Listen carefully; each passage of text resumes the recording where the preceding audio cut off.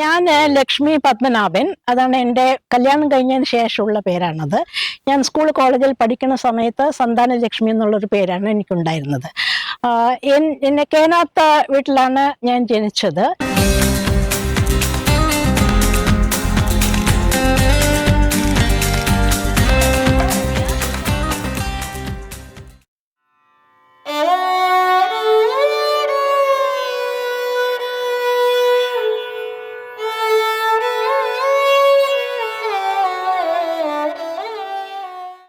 ഞാൻ കേനാത്ത് വേലപ്പള്ളി മേങ്ങോടി കേനാത്ത് രവീന്ദ്രനാഥ്. ഞങ്ങളുടെ വീട്ടിൽ ഒരുപാട് മെമ്പേഴ്സ് ഉണ്ട്.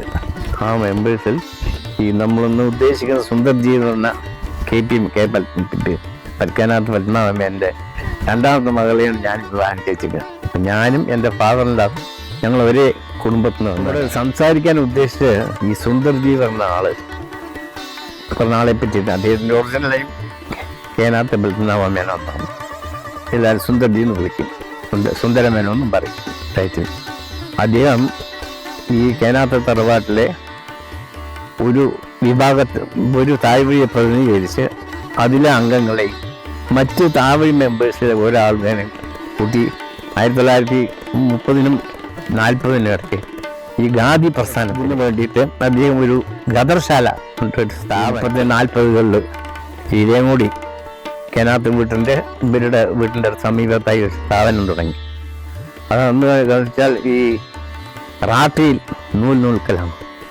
അപ്പം അവിടുത്തെ അദ്ദേഹവും അദ്ദേഹത്തിൻ്റെ കുടുംബത്തിലെ പല സ്ത്രീകളും പുരുഷന്മാരും ഈ പരുത്തി കൊണ്ടുപോയി പരുത്തി നൂലാക്കി അത് ഈ ഗദർശാലിയെ കൊണ്ടുവന്ന് വസ്ത്രങ്ങളായിട്ട് മാറ്റി അതിനെ തിരിച്ചെടുത്തിട്ട് പോകും.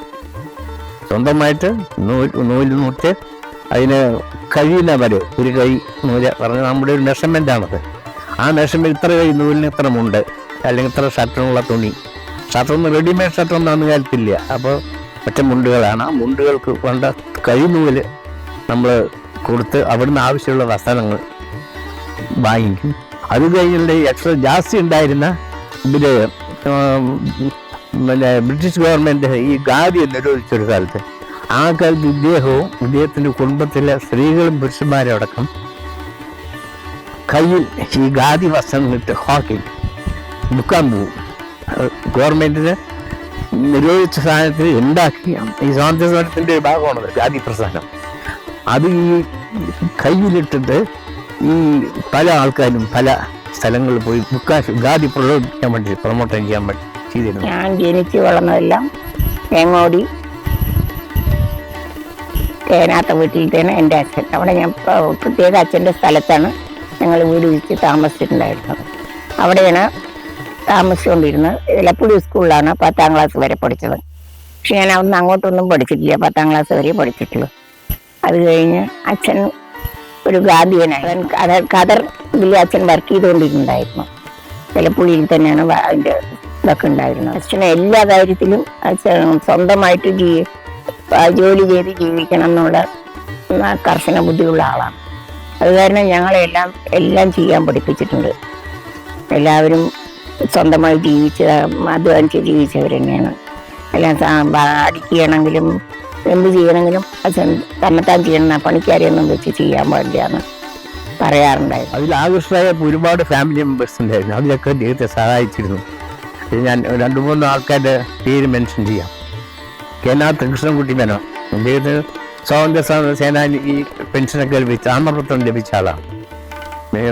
ശിവരാമൻ മേനോൻ, പിന്നെ കേനാത്ത് സുഭദ്ര കുഞ്ചിയമ്മ, അന്ന കുഞ്ചിയമ്മ, പിന്നെ സരസ്വതി കുഞ്ചിയമ്മ, അങ്ങനെ പല ആളുകളും ഹിന്ദി പ്രചരണമായിട്ട് ഒരു ഭാഗം നടത്തിയിട്ടുണ്ട്. ഒരു ഭാഗം മറ്റേ ഇതായിരുന്നു നടത്തിയത്, ഹോക്കി പ്രസ്ഥാനങ്ങളായിട്ട് നടത്തിയത്. അങ്ങനെ ഒരു അവസരത്തിൽ ഇവര് ഈ സാധനം കയ്യിലിട്ടിട്ട് ഇങ്ങനെ വിൽപ്പനയ്ക്ക് നടന്നുകൊണ്ടിരിക്കുകയാണ്. അപ്പം ഒരു ദിവസം അവർ ചിറ്റൂർ ഭാഗത്തേക്കാണ് പോയത്. ചിറ്റൂർ. അപ്പം അന്ന് ചിറ്റൂർ ട്രാവൻകൂർ കൊച്ചിനും പനിയൂർ അത് മലബാറുമായിരുന്നു. അപ്പോൾ ഇതിൽ തടിയും മണ്ണോ ആൾക്കാരുണ്ട്. അപ്പോൾ ഇവർ ബ്രിട്ടീഷ് പോലീസുകാർ പിടിക്കാൻ പോയപ്പോൾ ഇവർ ചാടി രക്ഷപ്പെട്ട് പലരും ട്രാവൻകൂർ കൊച്ചിനേരി രക്ഷപ്പെട്ടവരുണ്ട്. അല്ലാതെ ഒരുപാട് ചരിത്രങ്ങൾ ഇവർ ചെയ്തിട്ടുണ്ട്. പിന്നെ സാധു സംരക്ഷണം, പരിജനോദ്ധാരണം ഒക്കെ ഇതിന്റെ ഭാഗങ്ങളായിരുന്നു. സാമൂഹികവും സാമ്പത്തികമായിട്ട് വളരെ പിന്നാക്കുന്നവര് ഒരുപാട് തലങ്ങളിൽ ഇവര് ഈ ഗ്രൂപ്പ് സഹായിച്ചു. എൻ്റെ കുട്ടിക്കാലം ഒക്കെ സ്പെൻഡ് ചെയ്തത് രാമശ്ശേരി എന്ന സ്ഥലത്തായിരുന്നു. അത് വേങ്ങോടിയുടെ വളരെ അടുത്താണ്. വേങ്ങോടിയുടെ ഒരു ബോർഡറായിട്ട് വരും. അവിടെയാണ് എൻ്റെ അമ്മയുടെ കൃഷിസ്ഥലം ഉണ്ടായിരുന്നത്. അപ്പോൾ എൻ്റെ അച്ഛൻ പരമേശ്വരൻ മന്നാടിയാർ, അദ്ദേഹം പുളിയങ്കാളത്ത്, തേങ്കുറിശി പുളിയങ്കാളത്തെ വീട്ടിലത്തെ അംഗമാണ്. പിന്നെ എൻ്റെ അമ്മ ശാരദ കുഞ്ചിയമ്മ കേനാത്തെ.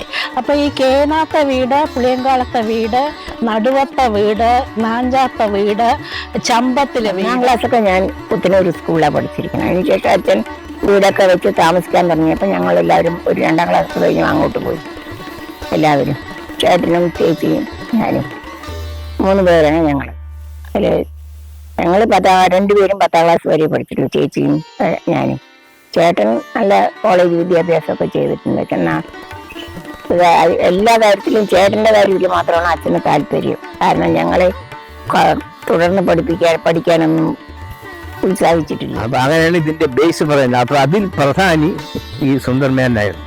പിന്നെ അദ്ദേഹത്തിന്റെ ഒരു അമ്മാവൻ്റെ അതിനകത്ത് ബാലമേനുണ്ട്. അദ്ദേഹം ബാലാജി എന്ന് അറിയപ്പെട്ടു. ഇതിൽ നമ്മൾ ഈ നടന്നുണ്ടായിരുന്ന ഗാന്ധി തൊപ്പി തലയിൽ വെച്ചിട്ടാണ് ഇവരൊക്കെ നടക്കുന്നത്. അവർ ഈ ആക്ടിവിറ്റീസ് പോകുമ്പോൾ ജവഹർലാൽ നെഹ്റു, മഹാത്മാഗാന്ധി ആ തൊപ്പി വെച്ച് അവർ നടക്കും. ഇവരെ കണ്ടാൽ അറിയാം ഇത് സ്വാതന്ത്ര്യ സമരമായിട്ട് ബന്ധപ്പെട്ട ആൾക്കാരുടെ ഒരു സിമ്പിളായിരുന്നു അത്. അങ്ങനെ ഒരു കാലഘട്ടം ഉണ്ടായിരുന്നു. കഴിഞ്ഞ് ആ ഗാന്ധി പ്രസ്ഥാനം വളർന്ന് അത് വലിയ ഗത്രശാലയായി മാറി. ഇപ്പോഴും അത് വളരെ വിപുലമായ നിലയിൽ ഈ എലപ്പള്ളി പഞ്ചായത്ത് വേങ്ങോടി പറഞ്ഞ സ്ഥലത്ത് അതിപ്പോഴും വളരെ സുദൃഢമായിട്ട് നടന്നു വരുന്നുണ്ട്.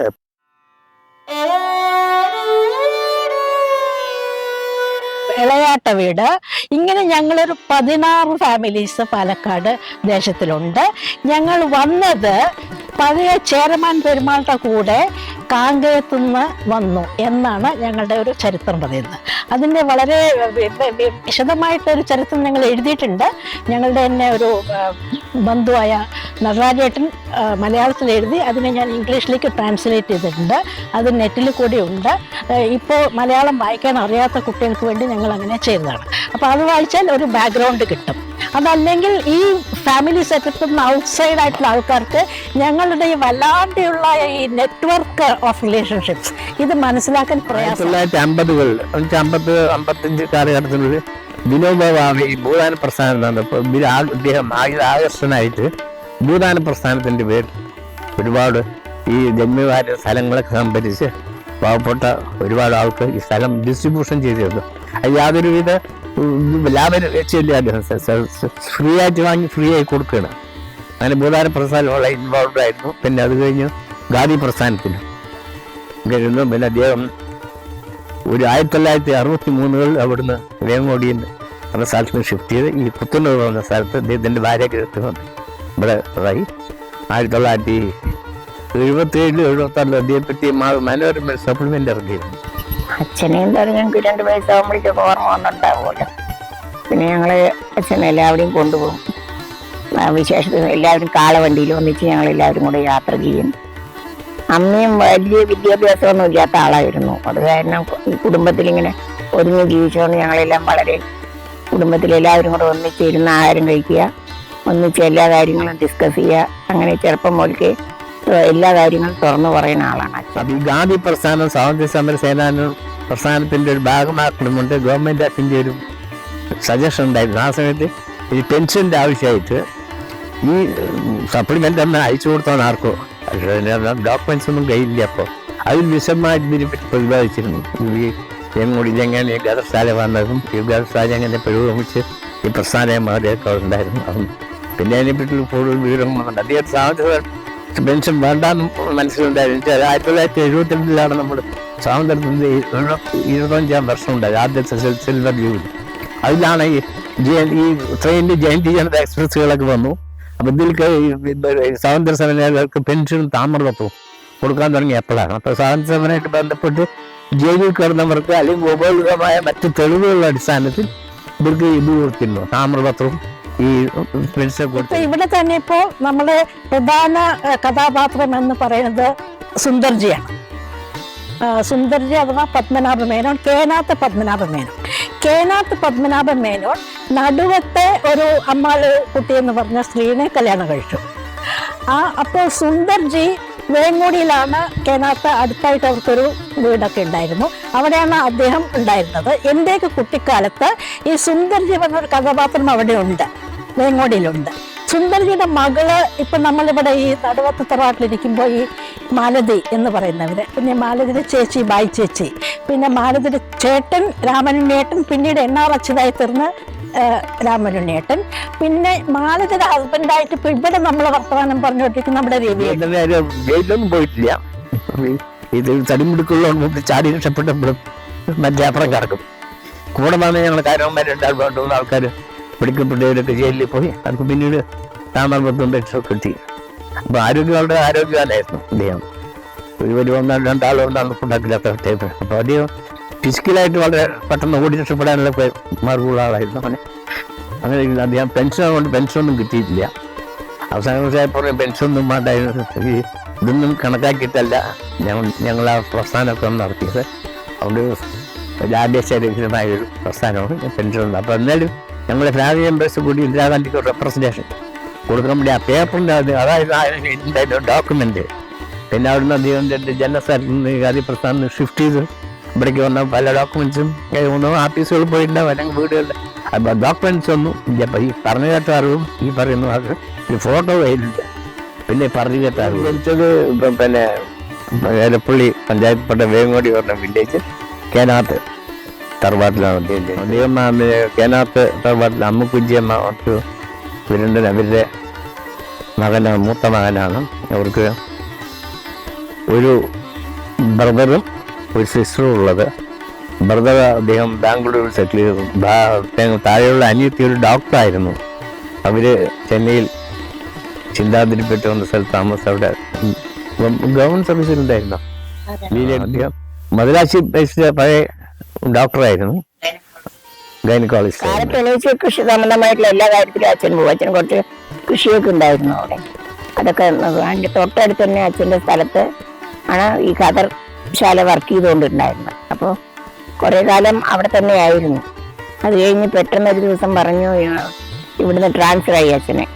അപ്പോൾ അച്ഛൻ പറഞ്ഞു എനിക്ക് ട്രാൻസ്ഫർ ആയി എൻ്റെ കുട്ടികളെ വിട്ടിട്ട് പോകാൻ പറ്റില്ല, എനിക്ക് ജോലി വേണ്ടെന്ന്. ഓൺ ദ സ്പോട്ടിൽ അച്ഛൻ റിസൈൻ ചെയ്തിട്ട് വന്നു. പിന്നെ ജോലിയൊന്നും എടുത്തിട്ടില്ല. പിന്നെ മിണ്ടാതെ വീട്ടിലിരുന്ന് കൃഷി നോക്കി മിണ്ടാതെ ഇരുന്നു.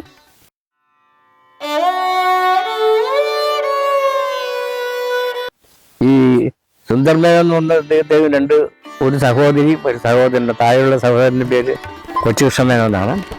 സഹോദരി പേര് ലീലക്കുഞ്ചിയമ്മാണ്. അവർ ഡോക്ടറായിരുന്നു, ഗൈനക്കോളജിസ്റ്റ് ആയിരുന്നു. മദ്രാസിൽ ചന്ദ്രാദിബേറ്റായിരുന്ന ഒരു സ്ഥലത്ത് താമസിച്ചിരുന്നു. ഒരു മക്കളെല്ലാം ഷീസ് നോ മോർ, അതിന് ഇന്നലെ മരിച്ചുപോയി. അപ്പോൾ 2-3 ആൺകുട്ടികളായി പല ഭാഗത്തായി സെറ്റിൽ ചെയ്തു. അദ്ദേഹം കല്യാണം കഴിച്ചിരിക്കുന്ന സുന്ദർജിയോടാണ് കല്യാണം കഴിച്ചത് കുത്തനൂർ കിഴക്കേ നടുവത്ത് വീട്ടിലാണ്. കിഴക്കേ നിന്ന് അമ്മാൾ കുട്ടിമരോളൊന്നാണ്ട് അവരാണ് അവരുടെ ഭാര്യയെടുപ്പ്. അതിൽ 3 മക്കളാണ്.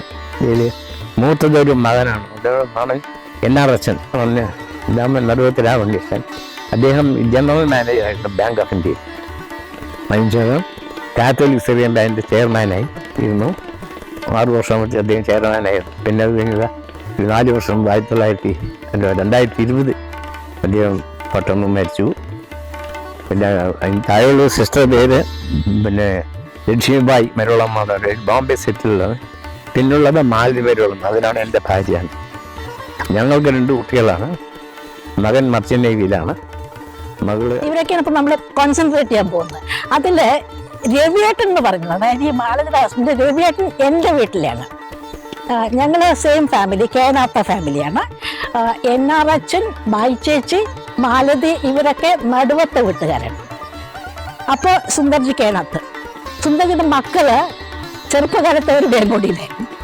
അപ്പോൾ ഞങ്ങൾ ആ ഒരു സ്കൂളിലാണ് ഞങ്ങളൊക്കെ പഠിച്ചിരിക്കുന്നത്. എലപ്പള്ളി സ്കൂളിൽ പഠിച്ചു. ഞാൻ ചെറിയ സ്കൂൾ രാമശ്ശേരിയിലായിരുന്നു, ഇവരൊക്കെ വേങ്ങോടി സ്കൂൾ. ഈ വേങ്ങോടി സ്കൂൾ ഞങ്ങളുടെ തറവാട്. ഹൗസ് വൈഫാണ്, ജോലിയൊന്നുമില്ല. അവർക്ക് 2 കുട്ടികളാണ്. ഒന്ന് ഒരു പേരെ കുട്ടി അവളിപ്പോൾ ഇതിൽ ഫിസിക്സിൽ PhD എടുത്തിട്ട് ഹൈദരാബാദ് യൂണിവേഴ്സിറ്റി നിൽക്കണം. 2ാമത്തെ കൂടി കമ്പനി സെക്രട്ടറിയാണ്. അപ്പോൾ എൻ്റെ മകൻ്റെ കുട്ടി ഒന്ന് ഈ പൊളിറ്റിക്കൽ സയൻസിൽ സ്പെഷ്യലൈസ് ചെയ്യാൻ വേണ്ടി ഡൽഹിയിൽ പഠിക്കണം. 2ാമത്തെ കുട്ടി എഞ്ചിനീയറിംഗ് കോളേജിൽ പഠിക്കണം. അങ്ങനെ ഞങ്ങളുടെ ചരിത്രം. അപ്പം ഞാൻ ഇവിടെ വന്ന് ഈ ഈ കിഴക്കേനടുത്ത് ഇവിടെ എന്ന് പറഞ്ഞാൽ ഈ നായർ തറയുടെ സെൻട്രൽ ഉള്ളതാണ്. അപ്പം ഇവർക്കൊരു ക്ഷേത്രമുണ്ട്, അതാണ് ഈ കുത്തൂർ നടുമ്പന്ന ക്ഷേത്രം. അതിൻ്റെ മൂലസ്വരവും ഈ നടുവത്ത് വീട്ടിലെ മച്ചാണ്. അപ്പം ഇവിടെ കാലാകാലം നേരങ്ങളിൽ എല്ലാ നേരം 2 പേരും വിളക്ക് വെക്കണം. ഈ മച്ചിലെ പൂജാഗ്രഹം, പിന്നെ മുല്ലത്തറ, വിളക്ക് മാടം, സർപ്പക്കാവ്, ഇങ്ങനെ 5 ദിക്കിൽ ഡെയിലി 2 പേർ വിളക്ക് വെക്കണം. അപ്പം അതിനും വേണ്ടി ഇവിടെ ഇവരുടെ അമ്മളെ പൂങ്കിയും മരിച്ച സമയത്ത് ഞാനും എൻ്റെ വൈഫും കൂടി ഷിഫ്റ്റ് ചെയ്ത് 23 കൊല്ലമായി ഇപ്പം ഇവിടെ. ഞങ്ങൾ ഈ ഭഗവതരെ ഇതിനു വേണ്ടി ഞങ്ങൾ വളരെ ചുരുങ്ങിയ സംഖ്യ പ്രൗഢപ്പെട്ടത് അച്ഛന് കിട്ടിയിട്ടുള്ളൂ. അതിന് പെൻഷനും അത് കാരണം കിട്ടിയതുമില്ല. പിന്നെ അച്ഛൻ പറഞ്ഞു എനിക്ക് ആഗ്രഹമില്ല, കിട്ടിയില്ലെങ്കിലും എനിക്ക് വിരോധമില്ല എന്ന് പറഞ്ഞു. അച്ഛൻ അങ്ങനെ അതിനെപ്പറ്റി ഒന്നും ചിന്തിച്ചിട്ടില്ല. പിന്നെ ആ ഉള്ള കൃഷിയിൽ ഞങ്ങൾ വളരെ ഇതായി തന്നെ ജീവിച്ചോടെ. കുറേ കാലം കഴിഞ്ഞപ്പോഴാണ് ഇവിടുത്തെ ഭാഗങ്ങളൊക്കെ കഴിഞ്ഞത്. അപ്പോൾ അച്ഛൻ പറഞ്ഞു ഇനി ഇവിടെ ഇരുന്നാൽ ശരിയാവില്ല, നമുക്ക് ഒന്നാമത്തെ റോഡ് സൈഡ് ഞങ്ങളൊക്കെ വളർന്നപ്പോൾ അച്ഛനൊരു ഭയം, തനിയെ റോഡ് സൈഡ് ഇരിക്കണ്ടെന്ന് പറഞ്ഞു. ഏറ്റവും എൻഡിലായിരുന്നു ഞങ്ങളുടെ വീട്. അപ്പോൾ അച്ഛൻ പറഞ്ഞു ശരി നാട്ടിലേക്ക് ഇവിടേക്ക് വരിക എന്ന് പറഞ്ഞു. ഇവിടെ വന്ന് ഞങ്ങൾ പിന്നെ സെറ്റിലായി ഇവിടെ. ഞാൻ എൻ്റെ വീട് തേങ്കൂസില്ല, ഞാൻ വീട് കെട്ടി താമസമുണ്ടായിരുന്നു. അവിടെ ഈ സൗകര്യത്തിനുണ്ട് ഈ ഭഗവതിക്ക് വിളക്ക് വയ്ക്കാൻ വേണ്ടി ഞാൻ എൻ്റെ ഭാര്യയും കഴിഞ്ഞ 23 വർഷമായിട്ട് ഈ വീട്ടിൽ ഇരിക്കണം, ഈ 4 കെട്ട്. അപ്പോൾ എൻ്റെ ഈ അമ്പലത്തിലെ മൂലസ്വരവും ഇവിടെ ആയതുകൊണ്ട് അവിടെ നടക്കുന്ന എല്ലാ ചിട്ടവട്ടാരവും ഇവിടെ ഉണ്ടാവും. അപ്പോൾ ഞങ്ങൾ അതിന് വേണ്ടി കഴിഞ്ഞ 21 വർഷമായിട്ട് ഞങ്ങൾ ഇവിടെ താമസിക്കുകയാണ്. അത് ഞാൻ പഞ്ചായത്ത് ഡിപ്പാർട്ട്മെൻറ്റിലായിരുന്നു സർവീസ്. ഞാൻ പഞ്ചായത്ത് ജോയിൻറ്റ് ഡയറക്ടറായിരുന്നു.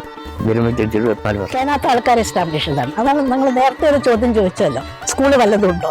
അപ്പോൾ ഈ കേനാത്തവരുടെ ഒരു ഇൻ്റർവെൻഷനാണ് അവിടെ ആ സ്കൂൾ വന്നത്, ലേങ്ങോടി സ്കൂൾ. അത് അൺഫോർച്ചുനേറ്റ്ലി ഞാൻ രാമശ്ശേരിയിലായിരുന്നു. അപ്പോൾ ഞാൻ രാമശ്ശേരിയോടാണ് എൻ്റെ ചില കുട്ടിക്കാലത്തെ ഓർമ്മകളും അഫിലിയേഷൻസും ഒക്കെയാണ്. അപ്പോൾ അതുകൊണ്ട് എനിക്ക് സുന്ദർജി എന്ന അദ്ദേഹത്തിന് ഒരുപാട് ഞാൻ നേരെ വർത്താനം പറയുക അങ്ങനെയൊന്നും ചെയ്തിട്ടില്ല. പക്ഷേ അദ്ദേഹത്തിൻ്റെ ഒരു രൂപം എനിക്ക് മനസ്സിൽ ഓർമ്മയുണ്ട്. അദ്ദേഹം ഒരു കാവ്യ കളറുള്ള ഒരു കുർത്ത ഇട്ടതായിട്ട് ഞാൻ ഓർക്കുന്നുണ്ട്. പൊന്നുകാണ്ട ആവശ്യമൊന്നുമില്ല. എൻ്റെ സഹോദരി ഞങ്ങൾ ഈ എല്ലാ ഫംഗ്ഷനിലേക്കാളും പുതിയൊരാളെ സന്താന ലക്ഷ്മി ഞാൻ എൻ്റെ കസിൻ സിസ്റ്ററായിട്ട് വരും. അതിൻ്റെ ഏത് ഓഫീഷ്യൽ നെയിം ലക്ഷ്മി പത്മനാഭ എന്നാണ്. അപ്പം ഈ ലക്ഷ്മി പത്മനാഭൻ ഞാൻ കുറേ വീട്ടിൽ നിന്നാണ്. ഞങ്ങളുടെ ഗാന്ധിയൻ്റെ ആദർശം നടക്കണ്ടോ ഫോർട്സിൽ. അപ്പോൾ ഞങ്ങളൊക്കെ ഈ സ്കൂൾ പഠിക്കാതെ ഞങ്ങളുടെ കോണ്ടംപററീസാണ്. ഞാൻ 8ാം ക്ലാസ് ഉണ്ട്, ഇവരൊക്കെ 2ാം ക്ലാസ് 3ാം ക്ലാസ് ഉണ്ട്. അപ്പോൾ ഞങ്ങൾ ഈ പൊന്നുകാരുടെ ചടങ്ങുകൾ പിന്നെ അന്ന് കാലത്തെ പറഞ്ഞാൽ അത്ര ദൂരെയൊന്നുമല്ല. ഈ 10-50 കൊല്ലം മുമ്പൊക്കെ സാധാരണ അങ്ങനെ പോയിക്കൊണ്ട് സംസാരിച്ച് ഇഷ്ടപ്പെട്ടുകൊണ്ട് ചോദ്യമൊന്നുമില്ല. കാണും, കാര്യന്മാരെ പോയി കാണും. പിന്നെ കൂടുതൽ അന്വേഷണം ആവശ്യമില്ല. ഞങ്ങൾ 16 പണ്ട് 18 ഇപ്പം 16 തറവാടുകളുള്ള ഒരു ഗോത്രം കൊണ്ട് സംഘടന ഞങ്ങൾ ഒരു 500 വർഷത്തിന് മുമ്പ് തമിഴ്നാട്ടിൽ കാങ്കയം കരൂർന്ന സ്ഥലത്ത് നിന്ന് ഞങ്ങൾ ഇങ്ങോട്ട് മൈഗ്രേറ്റ് ചെയ്തതാണ്.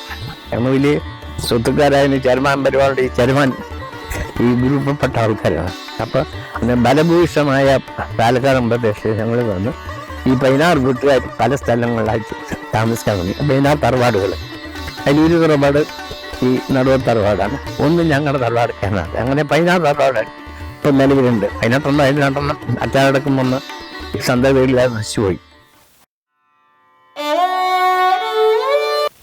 പിന്നെ ആ ഭൂമിയെല്ലാം വിറ്റ് വളരെ ചുരുങ്ങിയ റേറ്റിന് അതെല്ലാം വിറ്റ് ഇതാക്കിയിട്ട് വന്നു.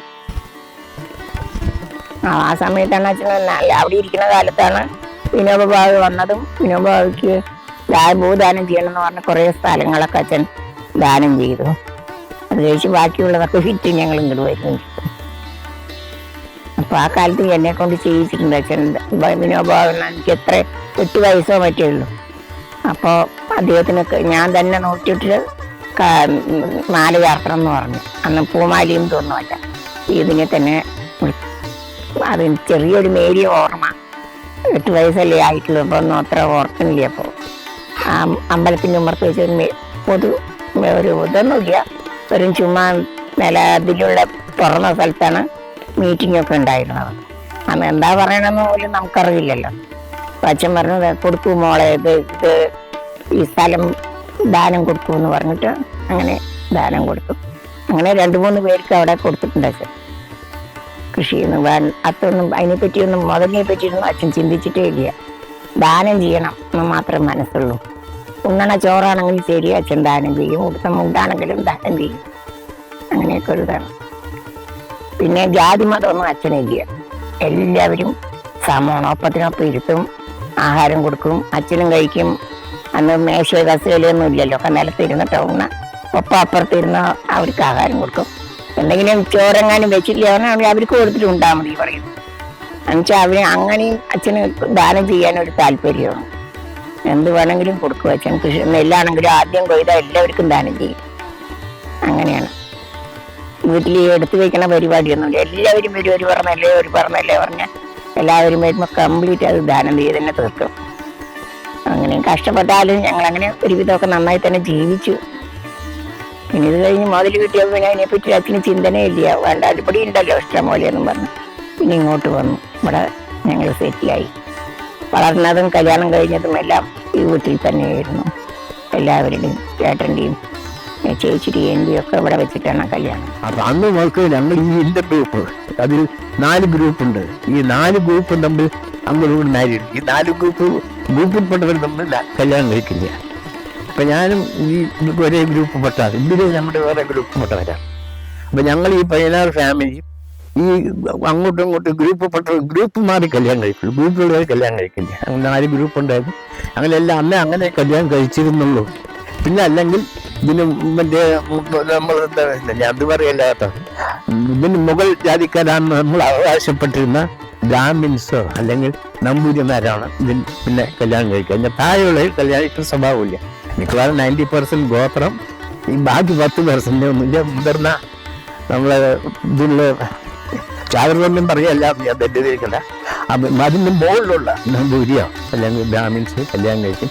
അങ്ങനെ പിന്നെ അത് കഴിഞ്ഞ് 10-50 കൊല്ലമായിട്ട് വെയിച്ച് പുറമേ കല്യാണം കഴിക്കാനും ഞങ്ങളുടെ കാലത്ത് പൊണ്ണുകാരൻ്റെ ആവശ്യമൊന്നുമില്ല. പറയും 2 ഫാമിലി ഇഷ്ടം അന്വേഷിക്കേണ്ട കാര്യമില്ല, തമ്മിൽ അറിയുമല്ലോ. അത് നമ്മൾ 2 കുടുംബം കൊടുത്തു യോജിച്ച് തീരുമാനിക്കും കല്യാണം. അങ്ങനെ കല്യാണം സ്വന്തമായിട്ട് വളരെ ചെറുപ്പം മക്കൾ ഞങ്ങൾക്ക് സന്തോഷ കല്യാണമല്ല ഞങ്ങൾ ഏറെയും എനിക്ക് ഈ സുന്ദർജിയും പിന്നെ അവരുടെ അമ്മാമനായ ബാലമാമ, പിന്നെ അവരുടെ സിസ്റ്റേഴ്സ് കൊച്ചു വലിയമ്മ, അന്ന എടുത്തി, അങ്ങനെയൊക്കെ പറഞ്ഞ് കുറേ പേരുണ്ട്. ദമയന്തി ഇളയമ്മ, അങ്ങനെയൊക്കെ. പിന്നെ എൻ്റെ ഓൺ വലിയമ്മയുടെ ആൾക്കാർ, തിലോത്തമ്മ കുഞ്ചിയമ്മ, അങ്ങനെയൊക്കെ കുറേ. ഇവരൊക്കെ എൻ്റെ അച്ഛൻ്റെ ഒരു സുന്ദർജിയും ഈ മറ്റേ ലക്ഷ്മിനാക്ക് ഞങ്ങളൊക്കെ ഒരേ കുടുംബത്തിൽ തറവാട്ടത്തെ ആൾക്കാരാണ്. പല ശാഖകളെ തായ്വഴികളും മാറ്റം ഉണ്ടാവും. ഞങ്ങൾ ഈ നെരുമക്കത്തായ ആയതുകൊണ്ട് ഈ തായ്വഴിക്കാണ് ഇമ്പോർട്ടൻസ്. പിന്നെ പിന്നെ തായ്വഴി എല്ലാം മെയിൻ മെമ്പേഴ്സിന്റെ കാര്യം പറയില്ലേ, ഇന്ന തായ്വഴിത്തെ അറിയാം. അപ്പൊ ഞാനൊരു തായ്വഴിത്തെ, ഈ ലക്ഷ്മി തായ്വഴിത്തെ, ഈ സുന്ദരി വേറെ തായ്വഴിയിലാണ്. അപ്പൊ ഞങ്ങൾ തമ്മിൽ ഇന്ന് സമ്പർക്കമുള്ളവരാണ്. കാണുന്ന എന്തെങ്കിലും കാണുന്ന ഡെയിലി സമ്പർക്കമുള്ള. ഞങ്ങൾ ഒരു കാലത്ത് 1963 വരെ ലക്ഷ്മി വരുന്നവനും ഞാനും എൻ്റെ ഭാര്യ സുന്ദരിയൊക്കെ ഞങ്ങൾ ഒരേ സ്ഥലത്തായിരുന്നു താമസിച്ചിരുന്നത്. ഇനി കുട്ടി തൊട്ടടുത്ത രാമശ്ശേരി പറയണ്ട, വേമ്പടി അവിടെയായിരുന്നു. ഞാനും അവിടെ വേമ്പടി കേരളത്തിലായിരുന്നു. ഈ സുന്ദർജിയുണ്ട്. സുന്ദർജി ഒരു 63 വർഷം 1963 അവിടെ നിന്ന് ഷിഫ്റ്റ് ചെയ്യുന്നത്. അപ്പം ഇവിടെ ഭാഗമൊക്കെ കഴിഞ്ഞിട്ട് ഇവർക്ക് സ്വത്തുക്കളൊക്കെ പറയായപ്പം ഈ 4 കെട്ടും സ്വത്തൊക്കെ ഇവർക്ക് ഇവരെങ്കിലും ഷിഫ്റ്റ് ചെയ്തെങ്കിലും വരും. പിന്നെ ഇവരുടെ സിസ്റ്ററാണ്, നമ്മുടെ ഹസ്ബൻഡിന്റെ സിസ്റ്ററാണല്ലോ ചേട്ടൻ കല്യാണം കഴിച്ചിരിക്കുന്നത്. അവരെ അവിടെയൊക്കെ ഒന്നിച്ച് പഠിച്ചതും അവർക്ക് കുറച്ച് വേണമെന്നുള്ള താല്പര്യം ഉണ്ടായിരുന്നു. അപ്പൊ അച്ഛനും പറഞ്ഞു, ഇനിയിപ്പോൾ അത് കല്യാണം ഇനി ഞാനെന്തിനാ വേറെ നോക്കണം, എന്നെ ഇഷ്ടമാണ്, എനിക്ക് ഞാൻ കല്യാണം കഴിക്കാം. അങ്ങനെ ഞങ്ങള് എക്സ്ചേഞ്ച് മാരേജ്. അദ്ദേഹം കാണാൻ രൗദ്ര രൂപമുള്ള ആള്, പെരുമാറ്റത്തിൽ വളരെ സോഫ്റ്റാണ്. ശരി, ഈ കൊമ്പം മീശക്കാർക്കുള്ള ചെറിയ മീശക്കാരനെ സാധാരണ ജനം വിലയിരുത്തുന്ന ഒരു ഫേഷ്യൽ അപ്രോച്ച് പറഞ്ഞാൽ അത് മീശക്കാരൻ ദേശക്കാരെന്നുള്ള വെച്ചാൽ ദേശക്കാരെന്നുള്ള നിലയ്ക്കാണ് മീശക്കാരനെ സംഭവിക്കുക. കാണാൻ രൗദ്രനാണെങ്കിലും വളരെ സോഫ്റ്റായിരുന്നു. പിന്നെ വളരെ ജീവിതം നുണ പറയില്ല. ഒരു വ്രതമായിരുന്നു ഈ നുണ സംവിധാനം. ഒരു കോടതിയിൽ പോയിട്ട് ഒരു പ്രാവശ്യം ഒരു കേസ് ഇതുപോലെ നിങ്ങളെങ്ങനെ എന്ത് ചെയ്തത് മജിസ്ട്രേറ്റിന് ചോദിച്ചോന്നാ പറഞ്ഞു. അത് എന്നെ തല്ലാൻ പറഞ്ഞു, ഞാനും തല്ലാൻ പോയി പറയും. പക്ഷെ അത്രത്തോളം നുണ പറയാത്തൊരാളാണ്. പിന്നെ അമിതമായ ആഗ്രഹമൊന്നുമില്ല വെട്ടിപ്പിടിക്കണമെന്നോ ദാനശീലനാണ്. അതിന് 3 പേര് ഭിക്ഷക്കാരൊക്കെ വന്ന ഷർട്ടിൽ അവരുടെ ഷർട്ടിനെ ഊരിക്കൊടുക്കും. പിന്നെ ഈ വീട്ടിലോടി നേരത്തെ ആര് വന്നാലും നമ്മൾക്കില്ലെങ്കിൽ അവർക്ക് ആഹാരം കൊടുക്കണം. അതായിരുന്നു ചിട്ട. അത് ഞങ്ങൾ പാലിച്ചു പോകുന്നത്. ആര് irrespective of caste create religion ആര് വന്നാലും ആ നേരത്തെ ആഹാരം നമുക്കില്ലെങ്കിൽ ഒതുക്കി വെച്ച് മാറ്റി വെക്കണം എന്നാ പറയുക.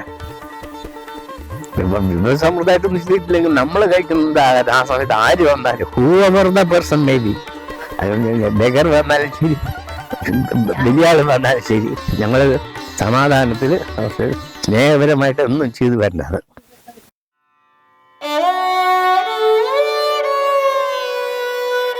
എൻ്റെ അച്ഛനെ പറ്റി പറയേണ്ട അത്യാവശ്യമാണ് ഇവിടെ. അപ്പോൾ എൻ്റെ അച്ഛൻ പരമേശ്വരൻ മന്നാടിയാര് പുളിയങ്കാളത്തെ വീട്, തേങ്കുറിശ്ശി പുളിയങ്കാളം. അച്ഛൻ എൻ്റെ അമ്മയെ കല്യാണം കഴിച്ചതിന് ശേഷം അച്ഛന് ബ്രിട്ടീഷ് ഇന്ത്യൻ ആർമിയിൽ ഓഫീസിൽ ജോലി ഉണ്ടായിരുന്നു ആ കാലത്ത്. പക്ഷെ അച്ഛനത് വേണ്ടാന്ന് വെച്ചിട്ട് വന്നു. അപ്പം അമ്മയ്ക്ക് കൃഷി സ്ഥലങ്ങളൊക്കെ ഉണ്ട്, അത് രാമശ്ശേരിയിലാണ്. അങ്ങനെയാണ് ഞങ്ങൾ രാമശ്ശേരിയിലായത്.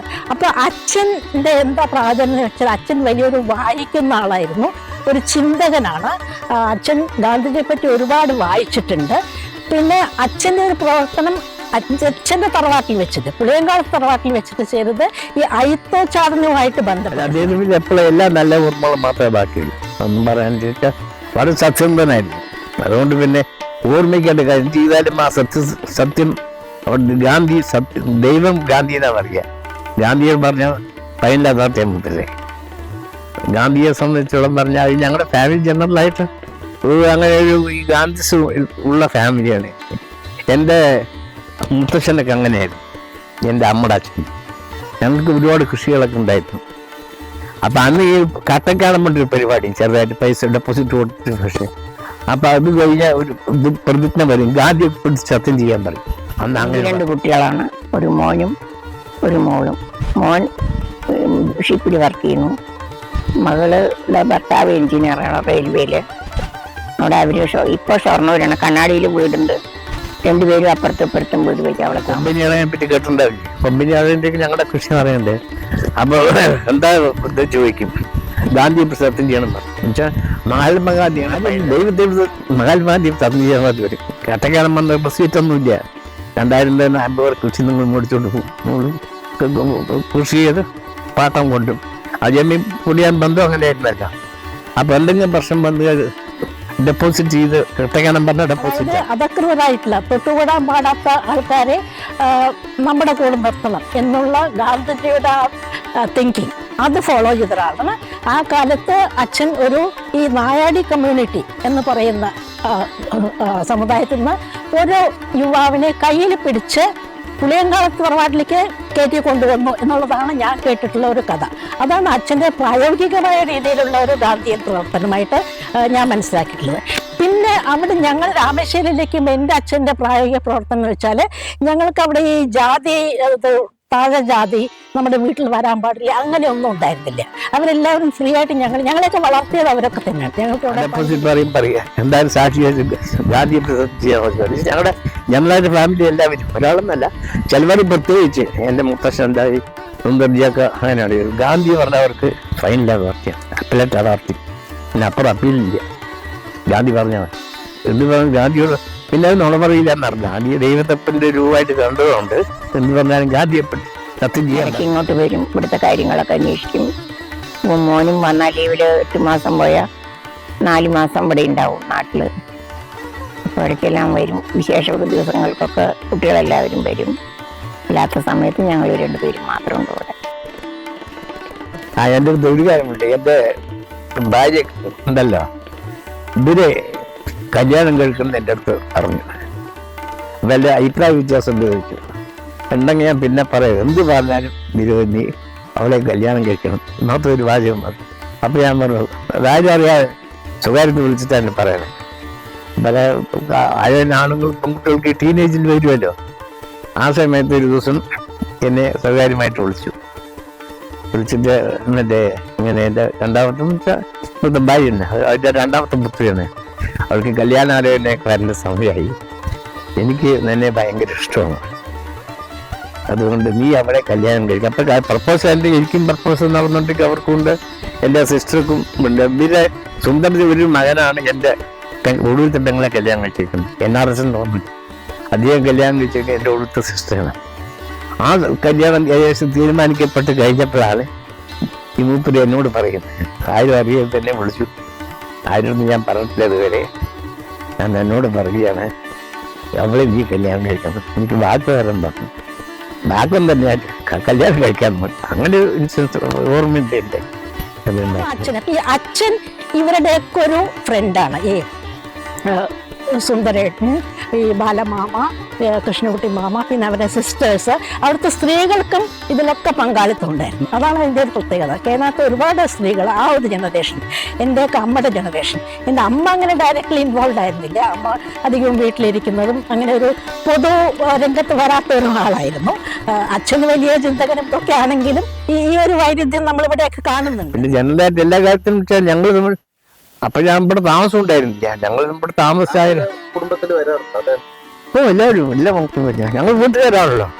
ഞങ്ങള് ഞാന് നമ്മുടെ ഈ പെൺകുട്ടി ഇതൊക്കെ ഞങ്ങൾ ഒരേ വീട്ടിൽ ഒരേ തറവാട്ടിലെ മെമ്പേഴ്സാണ്. അവിടെ താമസിച്ചിട്ടുണ്ടോ? ഞങ്ങളോ? അല്ല, അദ്ദേഹം അവിടെ തന്നെ ആയിരുന്നു താമസം. 1963 ഈ ഇത് അതുപോലെ ഒരു തറവാടായിരുന്നു.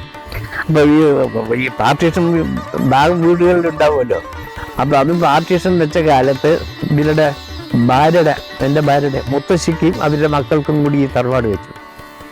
ഓരോരുത്തർക്കും ഒന്ന് വടശ്ശേരിനാടിയായിട്ട് അച്ഛൻ കെട്ടിയെന്നാണ് ഇവിടെ വലിയ പത്തായപ്പനെ ഉണ്ടായിരുന്നു. അത് വേറെ ചോദിച്ചു. അതിൻ്റെ ആ ഭാഗത്തുള്ളവർക്ക് വേർന്ന് വെച്ചു. അപ്പം 4 ഫാമിലി ഉണ്ടായിരുന്നു കൂടെ. 4 ഫാമിലിക്ക് 4 ബിൽഡിംഗ് വെച്ച് അങ്ങനെ അത് 1959 ഭാഗം കഴിഞ്ഞു.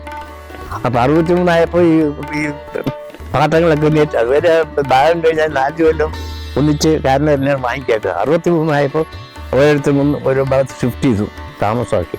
4 കെട്ട് ഗ്രൂപ്പ്, അവിടെ വെടി പടുപ്പര ഗ്രൂപ്പ്, 10 ഗ്രൂപ്പ്, അങ്ങനെ താമസമാക്കി. അപ്പൊ അദ്ദേഹം കൂടി സ്ഥാപനത്തിൽ നിന്ന് ഷിഫ്റ്റ് ചെയ്ത് 1963 അതിന് 25 കൊല്ലം പിടിയിരുന്നു അദ്ദേഹം. 1958 മരിച്ചു. ഞങ്ങൾ നടന്നു തന്നെ പോകും. എപ്പോഴും സ്കൂൾ അവിടെ അടുത്തല്ലേ. അപ്പൊ അവിടെ അടുത്തേക്ക് പോവാൻ ബുദ്ധിമുട്ടൊന്നുമില്ല. ഒരു വരുമ്പ് കടന്നാൽ കണ്ടത്തിൽ ചാടി പോവാനുള്ള ദൂരമല്ലേ ഉള്ളൂ. മണിയടിക്കുമ്പോഴേക്കും ഈ കുട്ടികൾക്ക് ഉണ്ടാവും. ഞങ്ങളൊക്കെ പെട്ടെന്ന് ലാസ്റ്റ് പോകുന്ന ആൾക്കാരാണ് ഞങ്ങൾ. 9:30 മണിക്ക് ശേഷം നടന്ന് അവിടെ എത്തും. കറക്റ്റായിട്ട് മീറ്റിംഗ് ഇത് തുടങ്ങും. അതുപോലെ പറഞ്ഞു ലാസ്റ്റ് 25 ഇയേഴ്സ് ഇവിടെ തന്നെ ഉണ്ടാവും. അങ്ങനെ രോഗമൊന്നും വലുതായിട്ടുണ്ടായിരുന്നില്ല. ചെറിയൊരു ക്യാൻസർ അറ്റാക്ക് ഉണ്ടായിരുന്നു. ഈ പാലറ്റ് ക്യാൻസർ പറയും, തൊണ്ടയിൽ മുഴുവൻ. അത് 1976 അത് ഓപ്പറേഷൻ കഴിഞ്ഞു. തിരുവനന്തപുരം നമ്മുടെ ക്യാൻസർ ഇൻസ്റ്റിറ്റ്യൂട്ടിൽ അവിടെ ആദ്യം അന്ന് തുടങ്ങിയ കാലമുണ്ട്. കൃഷ്ണൻ നായരുണ്ട് ഇതിൻ്റെ ഒരു ഫൗണ്ടർ ഡോക്ടർ ഉണ്ടായിരുന്നു നമ്മളിതിൻ്റെ. അത് അദ്ദേഹത്തിൻ്റെ നേതൃത്വത്തിൽ 1976 ഓപ്പറേഷന് സക്സസ്സായി. അത് കഴിഞ്ഞ് 12 കൊല്ലം അദ്ദേഹം ജീവിച്ചു. 78 വയസ്സിലാണ് മരിച്ചത്.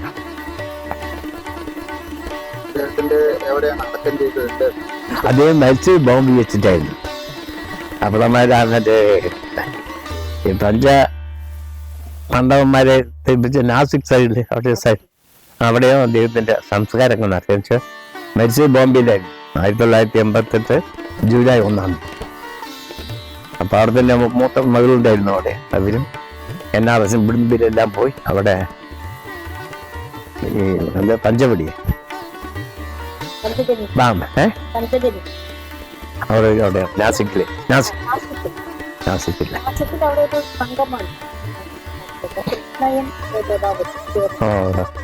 അവിടെയാണ്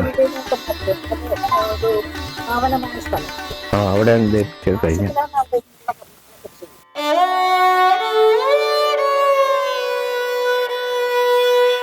അച്ഛന്മാർ ആണുങ്ങൾ വലിയ കാര്യത്തിൽ ഇങ്ങനെ പൊതുപ്രവർത്തനമൊക്കെ നടക്കും, പെണ്ണുങ്ങൾ ഇങ്ങനെ വീട്ടിലിരിക്കും. അത് കുറച്ച് പെണ്ണുങ്ങൾക്ക് അതിനൊരു വാസനയിലായിട്ടുമായിരിക്കും, പിന്നെ കുറച്ച് പുരുഷന്മാർ സമ്മതിക്കേണ്ടിയായിരിക്കും. ഇത് രണ്ടുമുണ്ട്.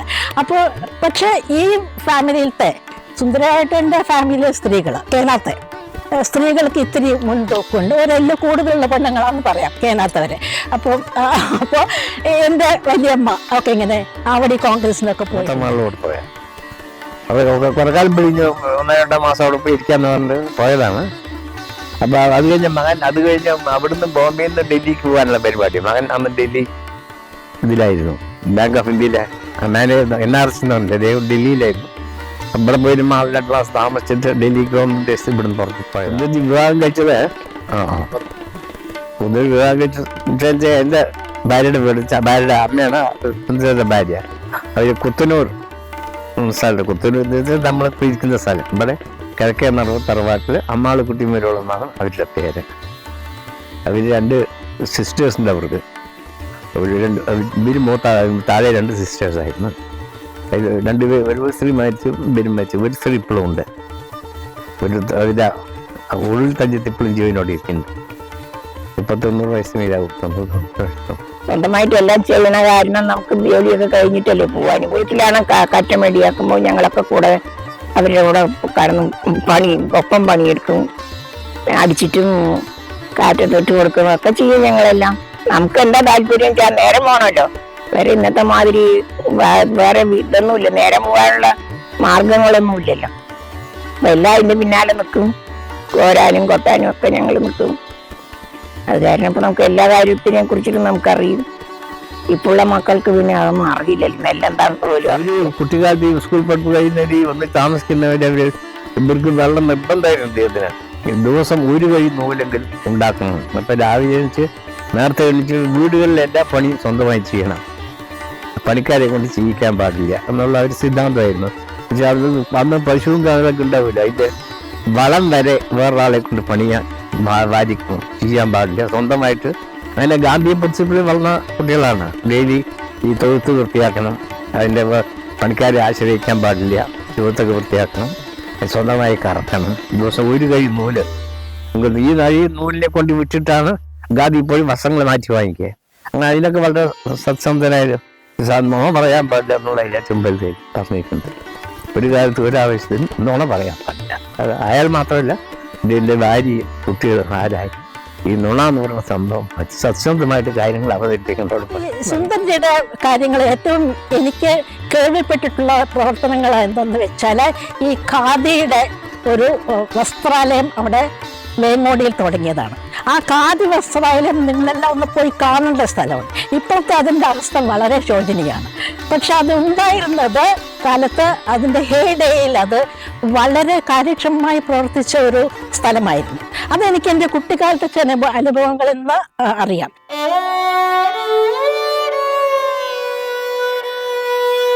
വീട്ടിലെ സ്ത്രീകളൊക്കെ പറഞ്ഞിരിക്കുന്ന സമയം കുട്ടികൾ ജോലിയിലായിരിക്കും, ആൾക്കാരൊക്കെ ഈ നെയ്യണമെന്ന് പറഞ്ഞിട്ട് അതാണ് എന്തോ ലക്ഷ്യം.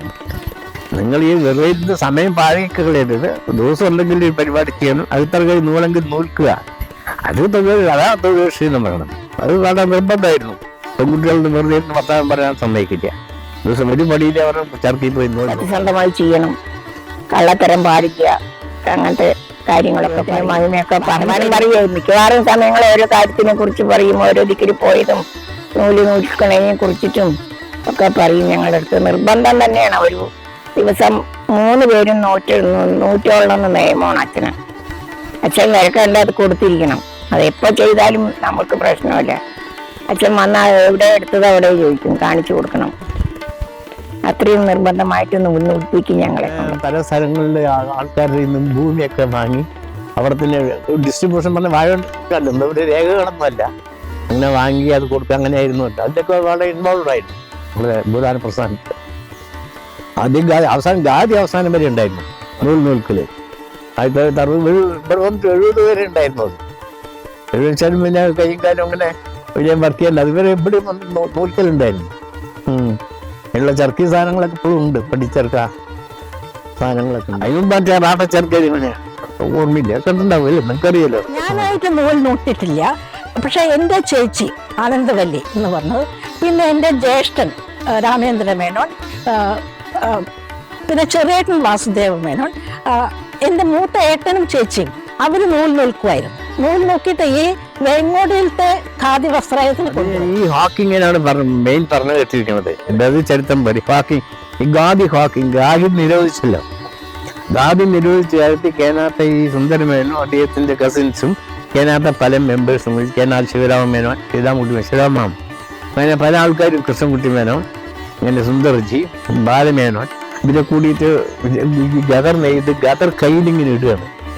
ഇത് ഓപ്പണായിട്ട് ഇതിനെ പ്രൊട്ടസ്റ്റ് കൊടുക്കുകയാണ്. ഈ ഖാദി പ്രസ്ഥാനത്തിന് നിരോധിച്ചപ്പോൾ ഞങ്ങൾ സ്വാതന്ത്ര്യ സമരത്തിൻ്റെ ഭാഗമായി ഞങ്ങൾ ഖാദി വിൽക്കുന്നുള്ള ഒരു പ്രതിജ്ഞയോടുകൂടെ ഈ വേങ്ങോട് ചിറ്റൂർ സൈഡിലേക്ക് പോവുക. പല സൈഡിലേക്ക് പോവും. മെയിൻ ചിറ്റൂർ എവിടെയെങ്കിലും വിൽക്കുന്നതല്ലേ ഉണ്ടാക്കിയ സാധനം. ഇപ്പം ആ സമയത്താണ് ഒരു പ്രാവശ്യം ഈ നമ്മുടെ കൃഷ്ണമണിക്കുകയും ഇത് കിട്ടിയെന്ന് പറഞ്ഞില്ലേ സ്വാതന്ത്ര്യ സമരം, അത് കിട്ടിയത് സിൽവർ മൂപ്പര് അങ്ങനെ തടവ് ശിക്ഷ കിട്ടി. ശിക്ഷ അദ്ദേഹം ഇതിൻ്റെ താമരപത്ര അസോസിയേഷൻ്റെ ജില്ലാ പ്രസിഡന്റൊക്കെ ആയിരുന്നു. കൃഷ്ണകുട്ടി താമരപത്രം കിട്ടിയ ആളാണ്. 72 സിൽവർ പ്രമാണിച്ചാണ് താമരപത്രം കൊടുക്കാൻ തുടങ്ങിയത്. അതിനകത്ത് അത് ഇദ്ദേഹത്തിൻ്റെ ശിക്ഷയായിരുന്നു. സുന്ദരേട്ടൻ കൃഷ്ണൻകുട്ടിയായിട്ട് എന്നാ പറയുക എല്ലാവരും.